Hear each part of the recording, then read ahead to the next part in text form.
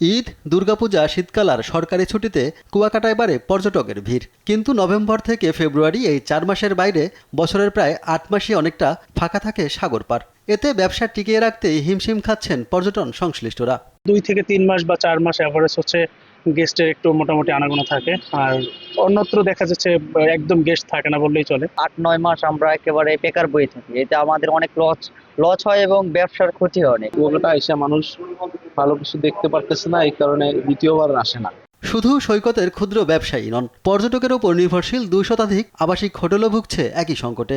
ব্যবসা ধরে রাখতে তাই অবকাঠামোগত উন্নয়নের পাশাপাশি বছর জুড়ে পর্যটক আকর্ষণের পরিকল্পনা চান হোটেল মালিকরা। আমাদের একটা স্থায়ী পরিকল্পনা হওয়া উচিত যে আমরা আসলে কুয়াকাটার জন্য কি করতে চাচ্ছি।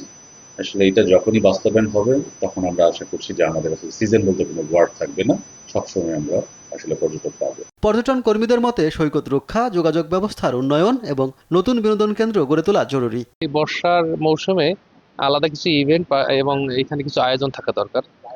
আর টুরিস্টদেরকে এই জিনিসটা ফোকাস করা দরকার এখান থেকে, যে বর্ষায় একটা আলাদা পরিবেশ তৈরি হয় কুয়াকাটায়।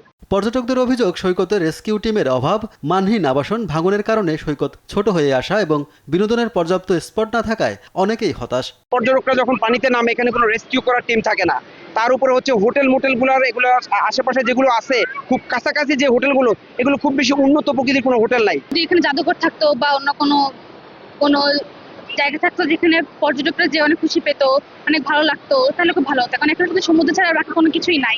প্রশাসনের দাবি, বছর জুড়ে পর্যটক ধরে রাখতে পার্ক ও নতুন বিনোদন স্পট তৈরি সহ নেওয়া হচ্ছে নানা উদ্যোগ। পাশাপাশি পর্যটন কেন্দ্রের অব্যবস্থাপনাও দূর করার কথা জানানো হয়। পৌরসভায় 6টি প্রজেক্ট বর্তমানে চলমান রয়েছে। এর মধ্যে সবচেয়ে গুরুত্বপূর্ণ হচ্ছে সিটি সিআরপি প্রজেক্ট। এই প্রজেক্টের মাধ্যমে আমাদের পৌরসভাতে প্রায় 180 কোটি টাকার মতো বরাদ্দ রয়েছে। কুয়াকাটার যে অব্যবস্থাপনাগুলো বর্তমানে এক্সিস্টিং রয়েছে সেগুলো অচিরেই দূরীভূত হবে। সংশ্লিষ্টরা বলছেন, কুয়াকাটাকে শুধু মৌসুমী পর্যটন কেন্দ্র নয়, বছর জুড়ে আকর্ষণীয় গন্তব্য হিসেবে গড়ে তুলতে হবে। তাহলেই সচল হবে পর্যটন নির্ভর অর্থনীতি, কাটবে ব্যবসায়ীদের হতাশা। সুব্রত গাইন, নিউজ ডেস্ক, দেশ টিভি।